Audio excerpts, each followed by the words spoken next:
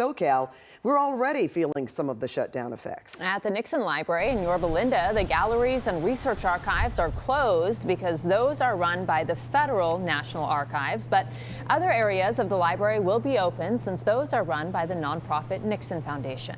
And the annual Pacific Air Show in Huntington Beach had a change of plans. The show will go on this weekend as planned, but U.S. military assets will no longer be able to participate. Those are just a few, and KCAL's Rachel Kim is breaking down the broader impact. With the federal government shut down for the first time in 6 years, major airports like LAX aren't expected to see immediate interruptions in service, at least in the short term. That's because workers who were considered essential are required to stay on the job without pay. Essential workers include air traffic controllers and TSA officers. I'm definitely early, just in case it wasn't delayed. Rancho Cucamonga resident Fur Redis is traveling to Oregon. He feels for the federal employees who won't be getting their next paycheck and hopes lawmakers can come together and compromise. A lot of people are mandated to go to work and not get paid. So I'm really praying that they get themselves together and get back on the ball. Active duty U.S. military service members are also working without pay.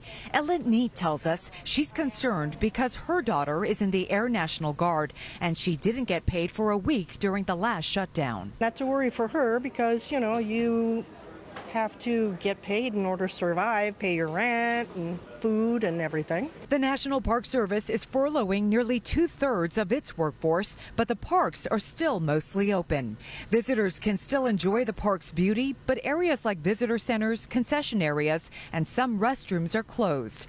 During the previous shutdowns, the lack of staffing led to unsanitary conditions and widespread vandalism like this damaged Joshua Tree. You know, we had scientists, that were cleaning bathrooms and historians and interpreters that were doing other jobs, and therefore their jobs were going undone.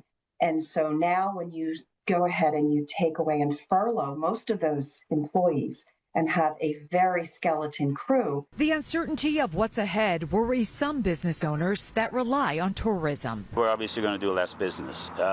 No people, we're not going to be doing any business. According to a news release from the U.S. courts, federal courts here in California may stay open through October 17th during the government shutdown.